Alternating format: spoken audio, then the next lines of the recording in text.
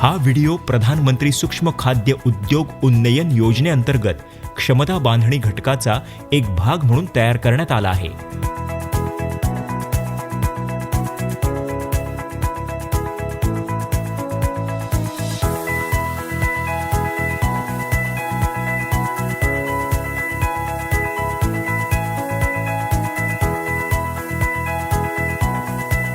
Shrimps म्हणजेच कोळंबी हे जगातील सर्वात आरोग्यदायी खाद्यपदार्थांपैकी एक मानलं जातं, कारण त्यांच्यात अनेक पौष्टिक घटक असतात.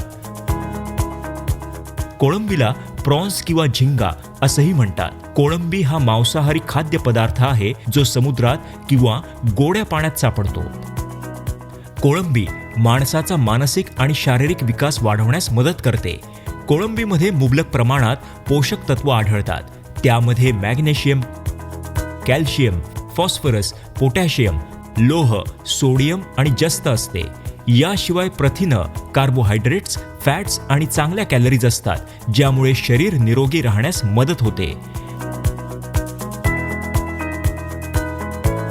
भारतातील आंध्र प्रदेश राज्यात 71% कोळंबीचं उत्पादन घेतलं जातं आणि हे राज्य कोळंबीचं सर्वाधिक उत्पादन घेणारं राज्य आहे. आंध्र प्रदेश व्यतिरिक्त पश्चिम बंगाल, ओडिसा, गुजरात, तामिळनाडू ही कोळंबी उत्पादक राज्य आहेत. चला तर कोळंबी प्रक्रिया व्यवसायाबद्दल समजून घेऊयात. हा व्यवसाय सुरू करण्यासाठी तुम्हाला कच्चा माल म्हणून व्हाईट लेग श्रिम्प्सची आवश्यकता लागेल.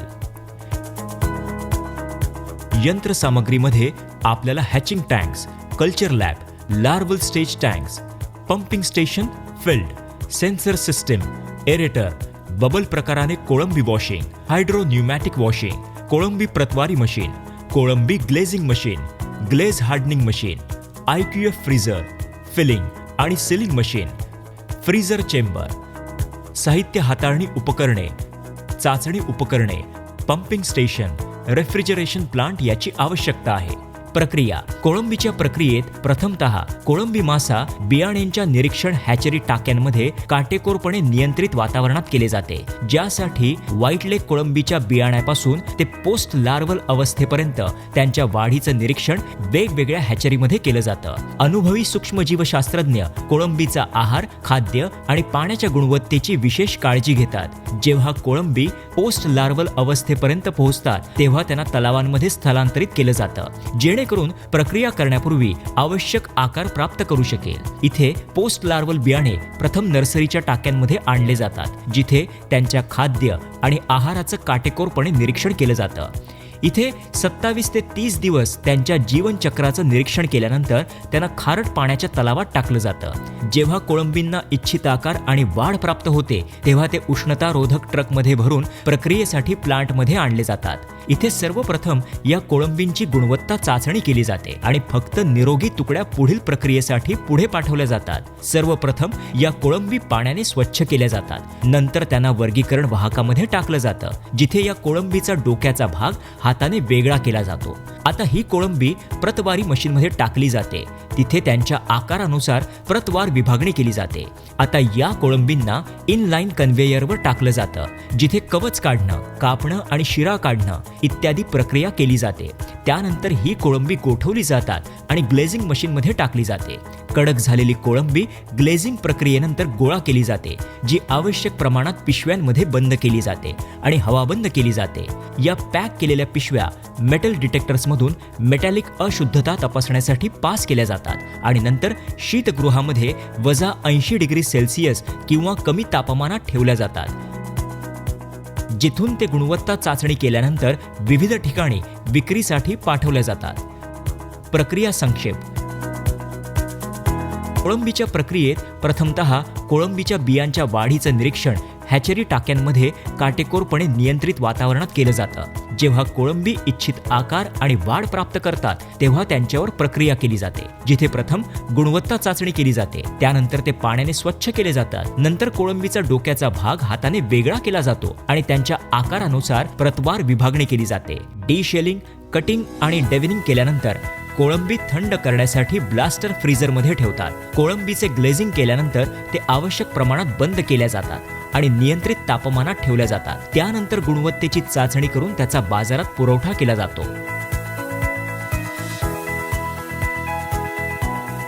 मनुष्यबळ. हा व्यवसाय 10 ते 12 कामगारांसोबत सुरू केला जाऊ शकतो. व्यवसाय सुरू करताना तुम्हाला साधारणतः 38 लाख ते 40 लाख रुपयांची आवश्यकता असते आणि अंदाजे 14% ते 16% नफा तुम्ही कमावू शकता.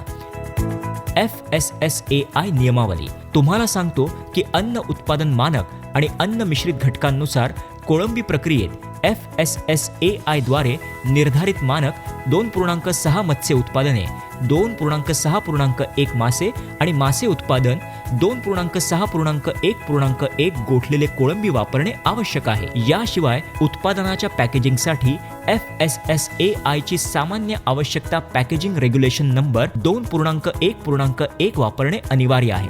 लेबलिंगसाठी सामान्य आवश्यकता नियमन क्रमांक 2.2.1 वापरणे देखील आवश्यक आहे.